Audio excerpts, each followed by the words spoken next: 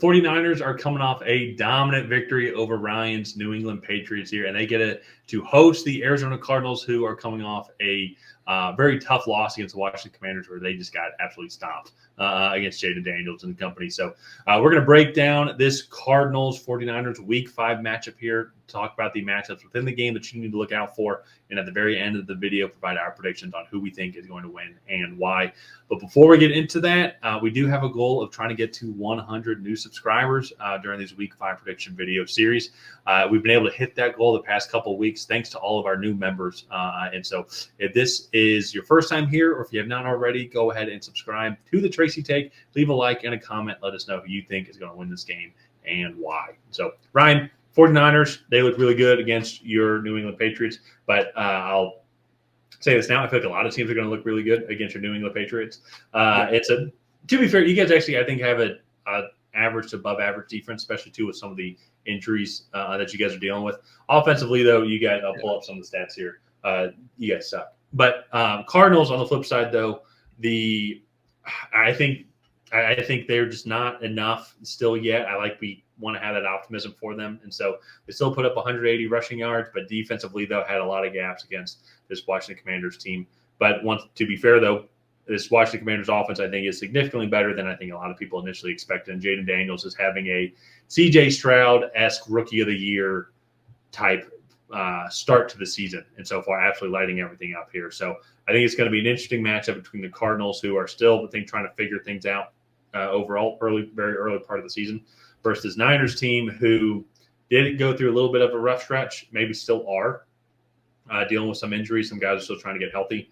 But in general, though, it's like still a top team in the NFC come the end of the day, in my humble opinion. And so, but I want to throw it over to you kind of as we're now towards the end of the regular season, preseason, as we like to say as well. It's because it's September, first 4 weeks of the season. A lot of teams don't even really play too much in the preseason now with their starters. What is your kind of overall thoughts for both of these teams 4 weeks through the season? Yeah, I'll start with the Cardinals. I definitely think that they've improved from last year, but they still remind me of that same team. It's like they're going to come out. They might be a little bit more talented than they were this year, but maybe it's not quite enough talent. They haven't had enough time to really stockpile the talent to compete at a high level week in and week out. But like they still come out. They compete so hard. And I think this is kind of what we expected from them. They're in a pretty tough division also. So that's not going to help them, especially as the season kind of continues. But this is a good team. They're not an easy out any week. Kind of what you said, though, I still think they just don't quite have enough on the offensive side of the ball just yet. And I guess I'll say the same thing defensively. I think they're a good defensive team. Jonathan Gannon does a good job getting those guys ready every week. I think they just got a little surprised this past week against the Commanders. And then turning the page to the 49ers, they're a good team. They're really banged up right now. And so it's kind of hard to tell like what they will really be going forward. They did get Deebo Samuel back this week, and he had a decent game against the Patriots. And George Kittle played as well. He was dealing with some injuries. So all in all, like this 49ers team is doing a good job of making the most out of what they have. But we'll really kind of see as October progresses, as we get into November, what this team really looks like, and can they be healthy at that time when those games are really meaningful and they're playing in more division matchups and gearing up to make another playoff push. Yeah.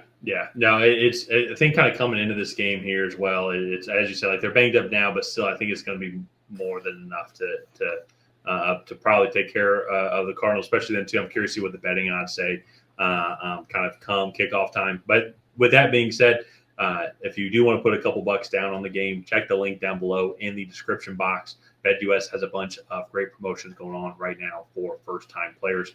So you can check out this game or any of the other Week 5 games that are going on. And I think that's kind of one of the things here. And it's like one of my critiques for the 49ers is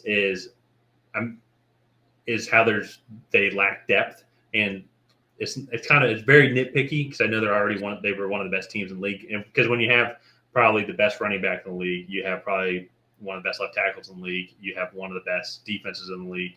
You have some of the top receivers in the league as well. Obviously, when those guys get hurt, it's going to be a big loss.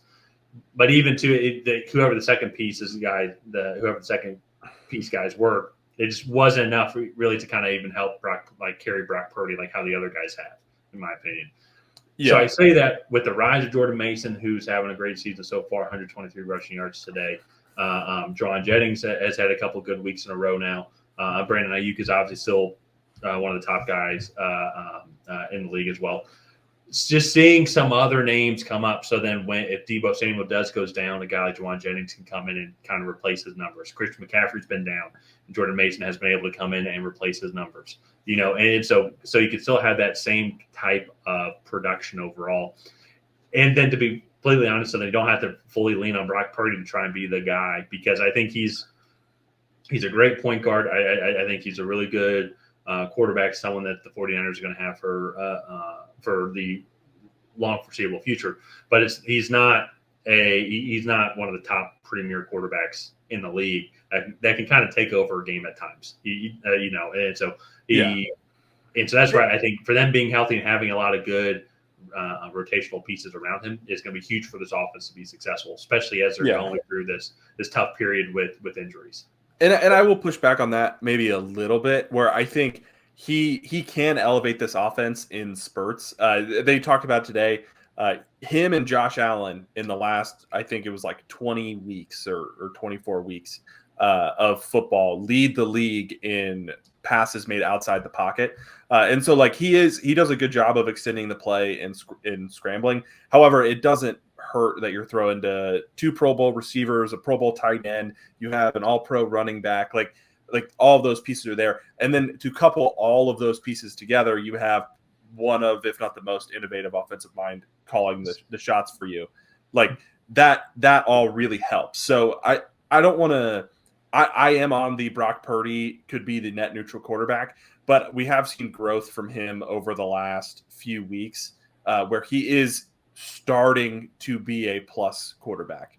Oh yeah, no. I think it's going to be an interesting debate then if we did like a full QB ranking, like where we would agree to rank him, because I think he is. It's my phrase, average to below average, so I look at that like 13th to 18th, maybe overall, kind of depending on where you rank. Like I find that's an acceptable range if I look at a chart. Higher than that or lower than that, I disagree with that.